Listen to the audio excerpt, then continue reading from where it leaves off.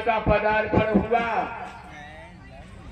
देव ऋषि नारद को आता हुआ जब राजा कंस ने देखा, सिंहासन से उठ के खड़ा हो गया। नमो नमो निरंजनम नमस्कार गुरुदेवता, वंदनम सर्व साधुवा प्राणाम पादांगता। आइए प्रभु, स्वागत है, स्वागत है।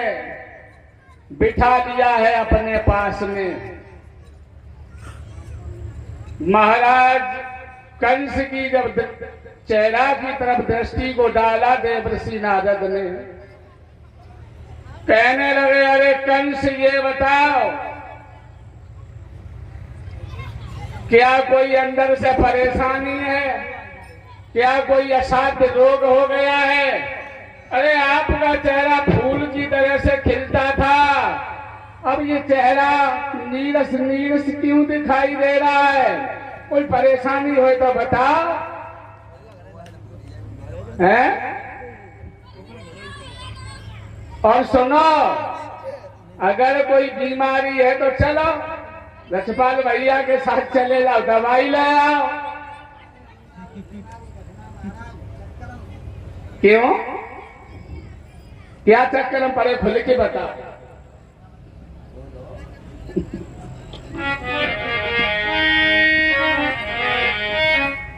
कैसी सभा है, एक झलक बताएं।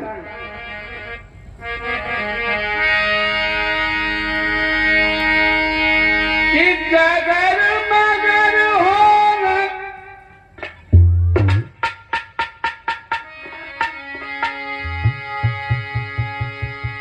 कि जगर मगर हो रही, जहां पर नाचत परी खिलौनाएं। अरे कसे कमलू प्रगटे जहां पर छत लगे।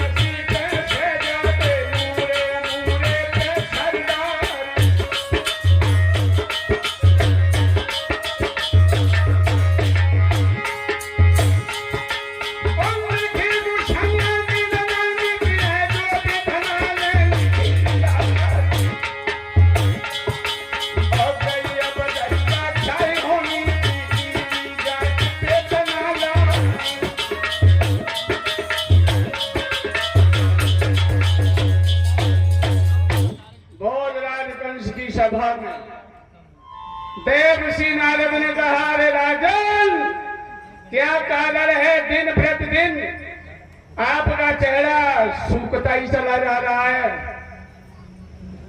कहने लगा, महाराज बड़े बड़े क्षत्रियों को भेजा, बड़े बड़े शूरवीरों को भेजा, लेकिन जो गया लौट के नहीं आया। किसी ने ये जवाब ही नहीं दिया करके, आखिर मेरा काल है तो है कैसा? काला है कि गोरा है कि छोटा है कि मोटा है? जो गया वो काल के गाल में ही चला गया, लौट के नहीं आया। कहने लगे, बस यही शंका है। हाँ देखो महाराज, इसके लिए कोई डराने की बात नहीं है। कागज निकालो, कलम निकालो और एक पत्र लिखो कि मथुरा नगरिया में चतुर्दशी को शिव पूजन है और उस शिव पूजन के लिए बाबा नंद, शहीद कृष्ण बलराम और उनकी सारी बिरादरी को बुलाओ। जैसे ही वो यहाँ आए, रंगभूमि को सजवाया जाए, मुस्टिक चारूर तोषर आदि पहलवा हैं, एक अखाड़ा लगवा दिया जाए, कुबलिया भीड़ आती है, मेन दरवाजे पर लगा दिया जाए। जैसे ही आए, खेल ही खेल में तुम उन्हें मरवा दो। हल्दी लगन फिटकरी रंग चोखो ही चोखो। हाँ, और किसी तरीका से आ भी गए और नहीं मरे तो पकड़ के मथुरा के सूतिका गृह में डाल दे। भोजराज की बुद्धि बदल गई। भोजराज की बुद्धि कैसी थी? शंख जैसी। शंख हमेशा दूसरे के फूंक से बजता है। देव ऋषि नारद इतना कह करके तो चले गए। अब राजा कंस पत्र लिखने लगा।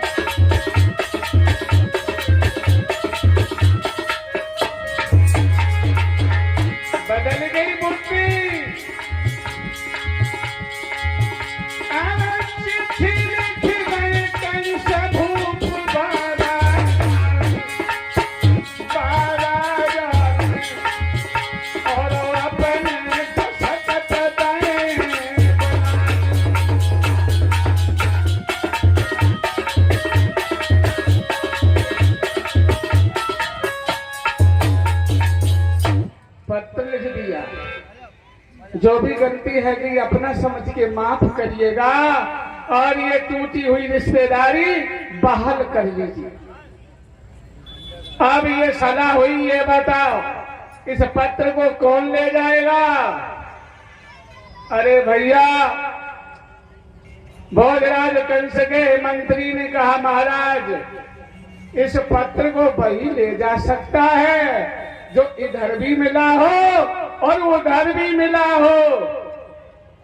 ऐसा व्यक्ति कौन हो सकता है?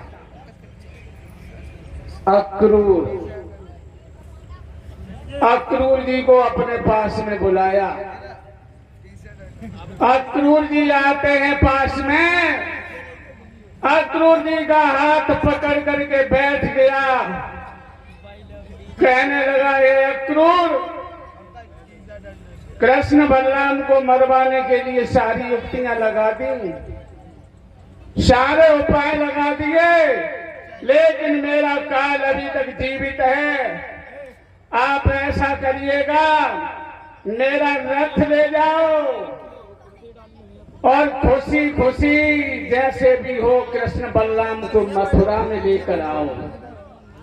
जब ये शब्द अक्रूर जी ने सुने, कहने लगे, राजन जो आज्ञा है, आज्ञा शिरोधार्य है, लेकिन एक बात याद रखना, भगवान की आने की देरी है और ये मथुरा नगरिया इंतजार कर रही है कि ये मथुरा भगवान के इंतजार के लिए लालायित हो रही है। ये उन्हीं की चेरी बन जाएगी। जा रहा हूं। चले आते हैं, शाम को रुकते हैं। जैसे ही प्रातः काल हुआ है, भगवान भास्कर ने आंखें खोली, रथ पर सवार होते हैं और चल देते हैं। चलते चले जा रहे हैं, स्मरण करते चले जा रहे हैं, प्रभु चाचा का रिश्ता जरूर है, लेकिन मैं आ रहा हूं, क्या इच्छा लेकर आ रहा हूं? हे नाथ, मैं आपका अनिष्ट करने के लिए आ रहा हूं। कंस आपको मरवा देगा, लेकिन मेरे हृदय के अंदर क्या भाव है आपके प्रति परमात्मा, क्या आपसे छुपा हुआ है? तन की जाने, मन की जाने, जाने चित्त की चोरी, ऐसे प्रभु से का छिपो जाके हाथ में। चलते चले जा रहे हैं। यमुना के किनारे रथ रोक दिया। यमुना में स्नान करते हैं, बांके बिहारी ब्रजराज केशव का ध्यान करते हैं। वह मोहनी मूर्ति उसी जल के अंदर दिखाई देती है। परमात्मा कहाँ है? कहीं दूर नहीं है। आप दुनिया के पीछे घूम रहे हो, दौड़ रहे हो। अरे भैया, एक बार परमात्मा के लिए आंसू बहा के तो देखो। वो परमात्मा तुम्हारे गले का हार बन जाएगा।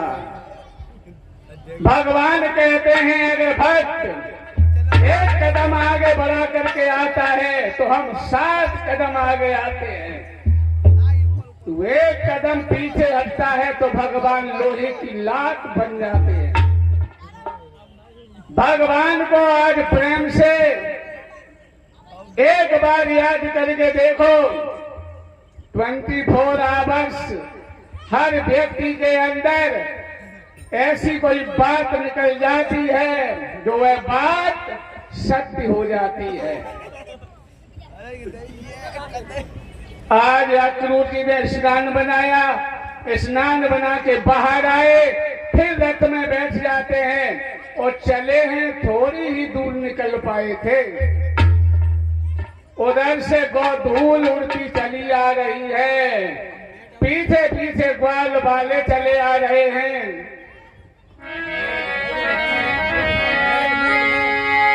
अरे लाला तेरी बंसी बजा